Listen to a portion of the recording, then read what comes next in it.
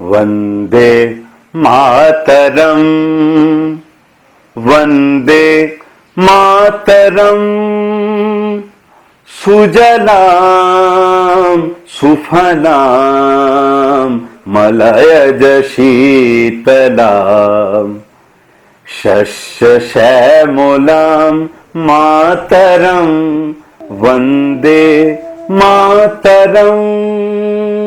মহাশয়, বুঝিলাম না এই মাতা কোন মাতাকে বলা হচ্ছে? শুভ্র জ্যোৎস্না পুলকিতয়ামিনীং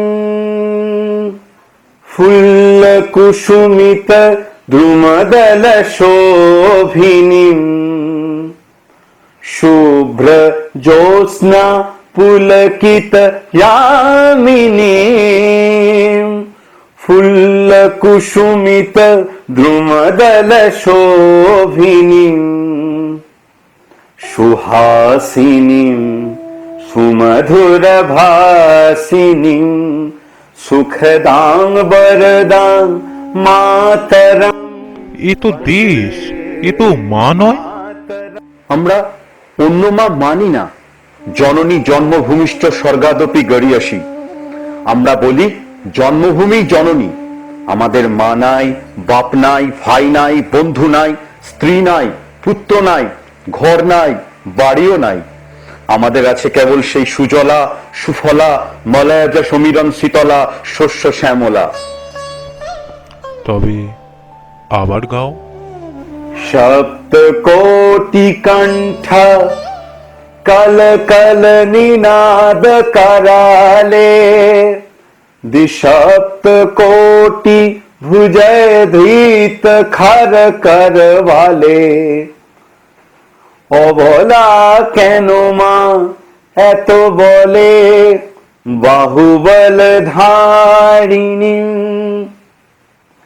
নমামি তারিণী রিপুদল বারিণী মাতরম বন্দে মাতরম।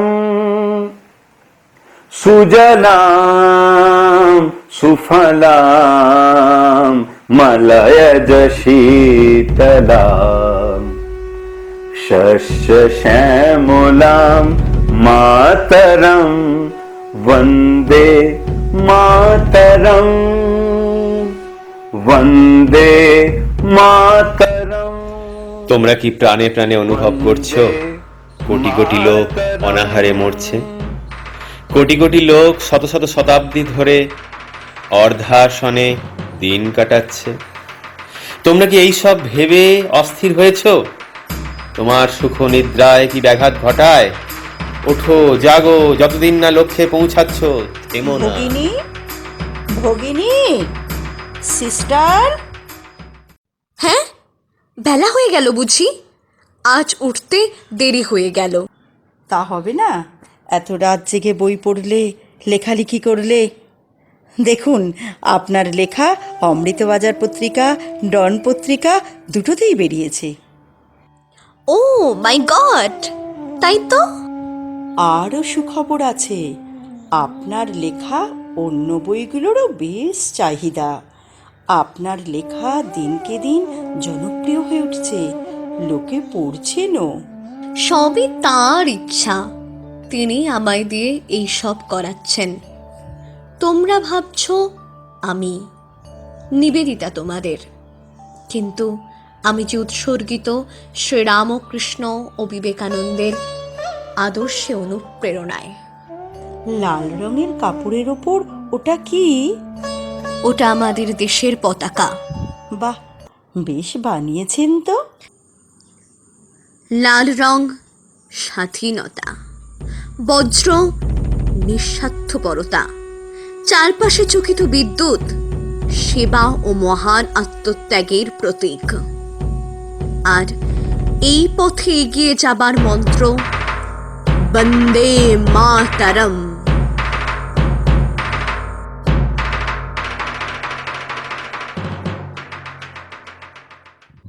সিস্টার, আপনি ঘুমাননি? শরীর আবার খারাপ লাগছে নাকি? স্বামীজি সশরীরে আজ নেই ঠিকই, কিন্তু তিনি আমার উপর যে দায়িত্ব দিয়ে গেছেন তা আমি পালন করবই।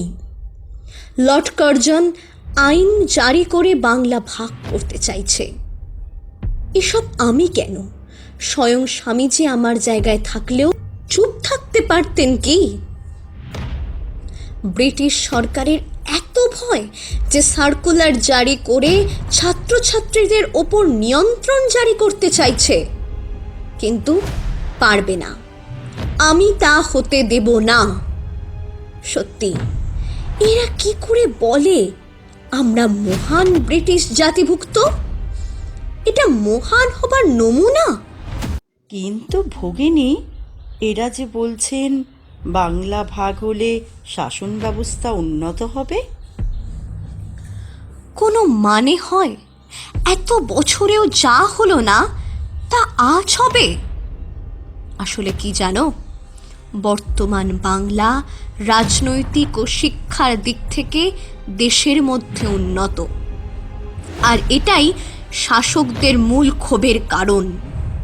আর তাই লর্ড কার্জন আর কি নাম, হারবার্ট রিসলে, হ্যাঁ, এই দুজন মিলে বাংলা ভাগ করার মতো দুঃসাহসিক সিদ্ধান্ত নিয়েছে।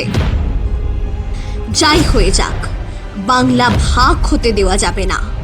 দ্রুত ব্যবস্থা করো, আমি কলকাতা ফিরব।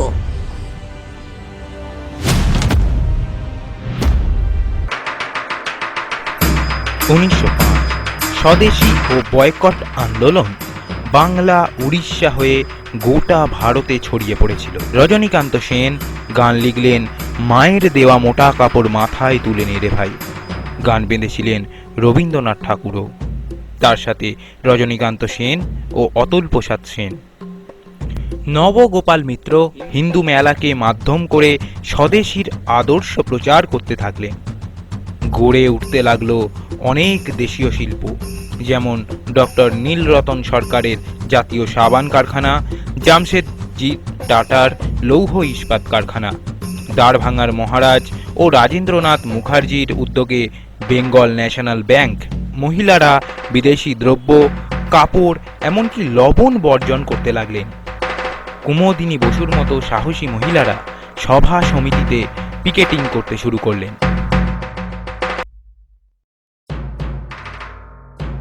সুরেন হালদার, শশীভূষণ চৌধুরী, চিত্তরঞ্জন দাস, রাসবিহারী ঘোষ, সারদা চরণ মিত্র, আপনাদের মধ্যে জাতীয়তাবাদ ভরপুর, কিন্তু বর্তমানে আপনাদের মতন মহান বিপ্লবীরা বিভ্রান্ত হয়ে পড়েছেন সুসংহত চিন্তার অভাবে।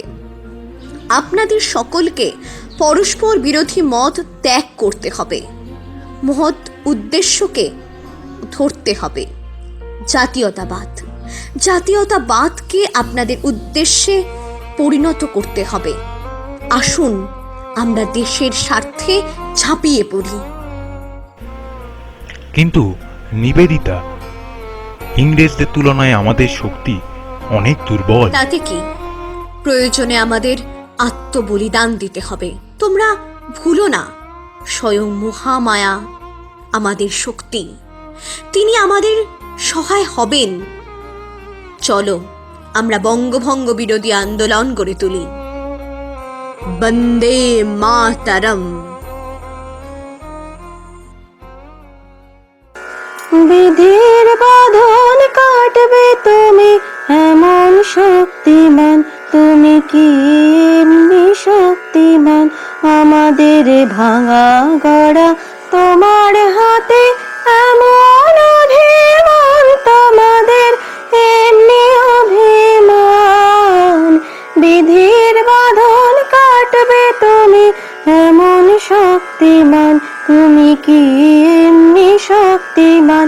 আমাদের ভাঙা গড়া তোমার হাতে, এমন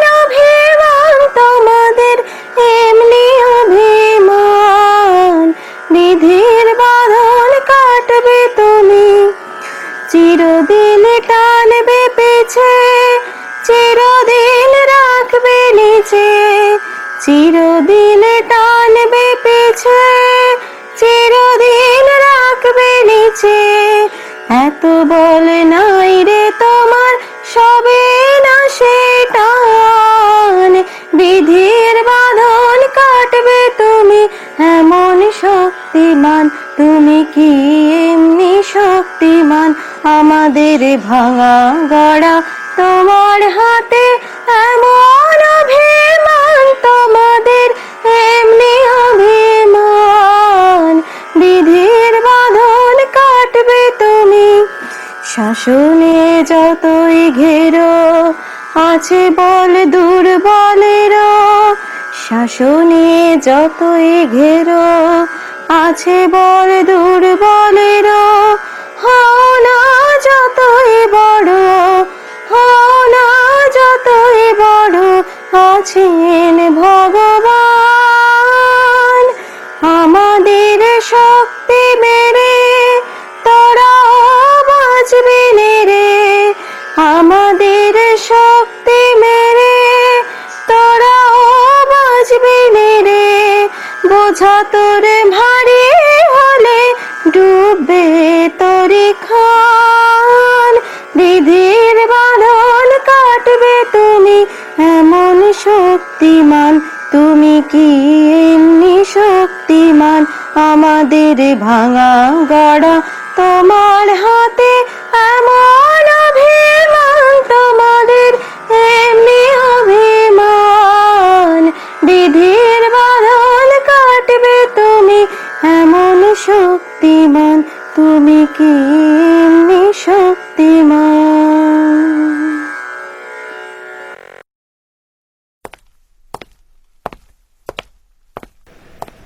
বাহ, এটা রবি ঠাকুরের গান, তাই না? হ্যাঁ, এ গান মধুর কণ্ঠে নয়, তেজদীপ্ত কণ্ঠেই মানায়।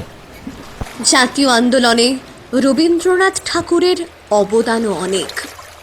তাঁরা রাখি বন্ধনের পরিকল্পনা করেছেন, তা আমি সমর্থন করি।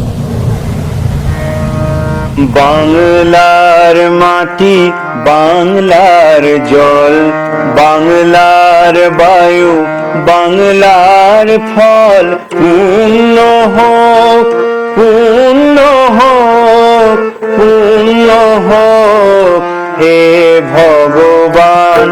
বাংলার মাটি, বাংলার জল, বাংলার বায়ু, বাংলার ফল। পূর্ণ হোক, পূর্ণ হোক, পূর্ণ হোক হে ভগবান।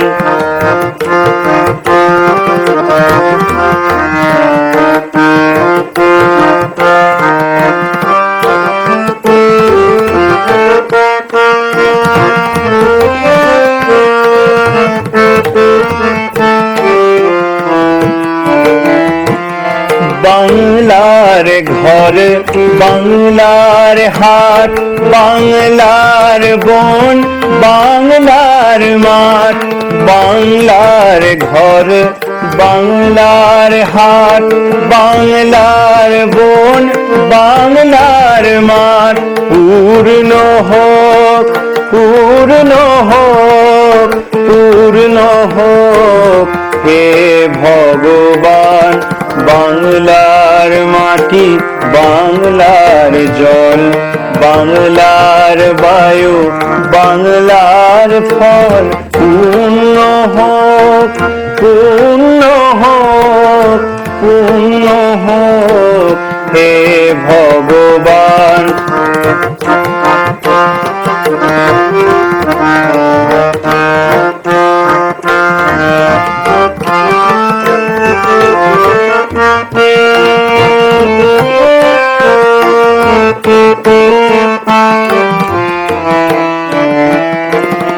বাঙালির পণ, বাঙালির আশা বাঙালির কাজ বাঙালির ভাষা বাঙালির পণ বাঙালির আশা বাঙালির কাজ বাঙালির ভাষা সত্য হোক সত্য হোক সত্য হোক হে ভগবান বাংলার মাটি বাংলার জল বাংলার বায়ু বাংলার ফল পূর্ণ হোক পূর্ণ হোক পূর্ণ হোক হে ভগবান।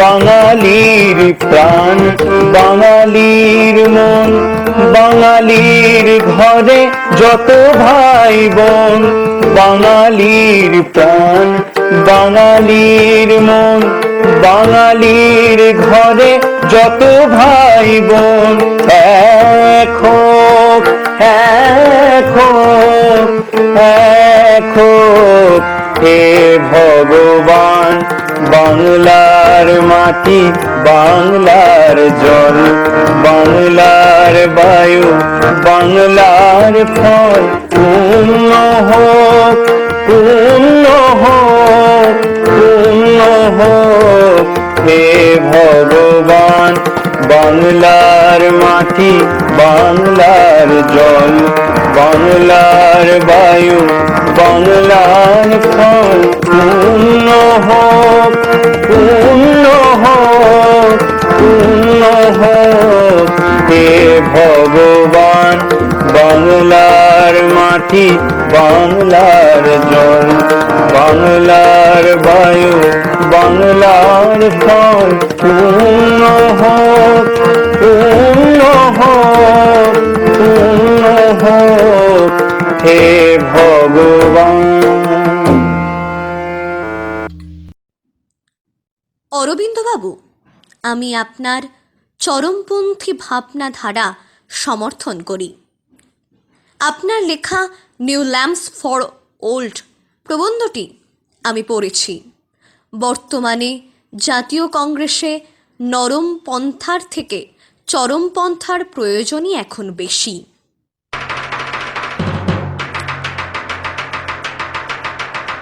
লেডি অব দ্য ল্যাম্প বলা হয় ইংলিশ সোশ্যাল রিফর্মার ফ্লোরেন্স নাইটিঙ্গেলকে, কিন্তু তৎকালীন বাংলার বুকে এই উপাধি ধারণ করেছিল আমাদের নিবেদিতা।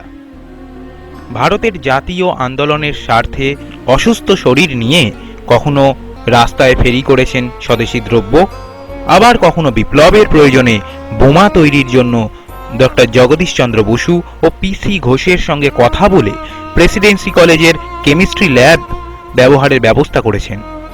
বলা বাহুল্য, জাতীয় আন্দোলনে তার সক্রিয় সার্থক অংশগ্রহণ গুরুত্বপূর্ণ হলেও অনেকেরই অজানা। 1907 যুগান্তরের মামলায় বিপ্লবী প্রবন্ধ লেখার জন্য স্বামীজির ভাই ভূপেন্দ্রনাথ গ্রেপ্তার হয়। নিবেদিতা এগিয়ে আসেন, জামিন করেন ভূপেন্দ্রনাথের। 1909 নিবেদিতা, আমাদের কাছে খবর আছে ব্রিটিশ গোয়েন্দারা আপনার উপর নজর রেখেছে। আপনি দয়াপূর্বক গা ঢাকা দিন। আপনারা থাকতে তারা আমার কি আর করবে? না না না না ভগিনী, আপনি দ্রুত গা ঢাকা দিন, নাহলে আমাদের সংগঠনের ক্ষতি হতে পারে। আচ্ছা, আপনারা যখন বলছেন তাহলে তাই করব। নিবেদিতা গা ঢাকা দিলেন। ভারত থেকে আমেরিকা, আয়ারল্যান্ড হয়ে জগদীশচন্দ্র বসুর সঙ্গে মিসেস মার্গারেট ছদ্মনামে বাংলায় ফিরলেন। তার অনুপস্থিতিতে স্বাধীনতা আন্দোলনের গতি কিছুটা কমলেও সম্পূর্ণ ম্লান হয়ে যায়নি, কারণ এর মধ্যেই ভারত মাতা স্বাধীনতা যজ্ঞে পেয়েছে ক্ষুদিরাম বসুর মতো বীর সন্তানের আহুতি। একদিকে প্রাণ সংকটের সাথে জাতীয় আন্দোলনে অংশগ্রহণ, অন্যদিকে মঠের বিধি মেনে মঠের সঙ্গে সম্পর্ক ত্যাগ। তীব্র অসহ্য গরম তার কঠোর মনের কাছে হার মানলেও শরীরে প্রভাব ফেলে যেত। এর মধ্যেও কিন্তু তার লেখা থেমে থাকেনি। অমৃতবাজার পত্রিকা, মডার্ন রিভিউ, ব্রহ্মবাদী প্রভৃতি পত্রিকায় তাঁর লেখা প্রকাশিত থাকে, যা আন্দোলনে নতুন প্রাণ শক্তি যোগায়। 1911 অবসন্ন শরীরে দার্জিলিংয়ে বিশ্রাম নেওয়ার জন্য গেলেন নিবেদিতা। শরীর যে আর বয় না, কিন্তু মন চায় আরও কাজ করতে। কত কাজই বাকি রয়ে গেল তার। দেশ এখনো পরাধীন। তার গুরু 40 পেরুননি, কিন্তু 39 বছর বয়সেই কত গুছিয়ে কত রকমের কাজ শেষ করে গেছেন। তার নিজের বয়স এখন 43 বছর কয়েক মাস। তবুও তো কত কাজ বাকি রয়ে গেল। সত্যি এটাই বোধহয় গুরু শিষ্যার মধ্যে পার্থক্য। নিবেদিতার শারীরিক অবস্থা জটিল হলে খবর দেয়া হলো জগদীশ বসু ও বসুপত্নী অবলা বসুকে। ভগিনীর জীবনের শেষ দিন কেমনভাবে কেটেছিল আমরা তা জানতে পারি না, শুধু দেখতে পাই দার্জিলিংয়ের হিমেল শ্মশান ভূমিতে তার সমাধির উপর লেখা কয়েকটি শব্দ। এখানে শান্তিতে শায়িত আছেন তিনি, যিনি ভারতবর্ষকে তাঁর সর্বস্ব অর্পণ করেছিলেন। 28 অক্টোবর 1867 থেকে 13 অক্টোবর 1911। আর জানতে পারি তাঁর জীবনের অন্তিম লগ্নের ক্ষীণ কণ্ঠে উচ্চারিত শেষ কথা, The boat is sinking, but I shall see the sunrise. বিদেশিনী মাতা তুমি ভগিনী নিবেদিতা, লহ প্রণাম তুমি লহ প্রণাম। জ্ঞানের সাগর করুণা সাগর তুমি নিবেদিতা, লহ প্রণাম লহ প্রণাম তুমি লহ প্রণাম।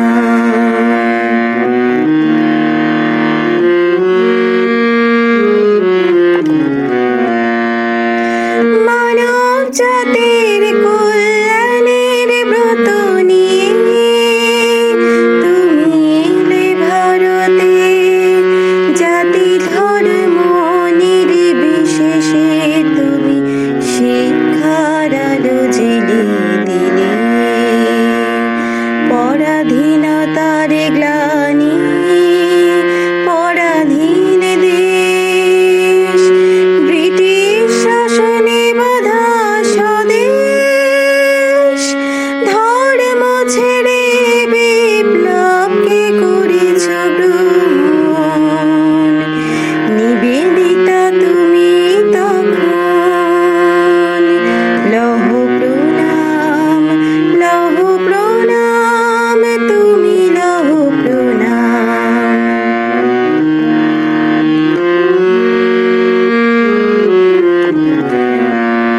তুমি হলে রবি ঠাকুর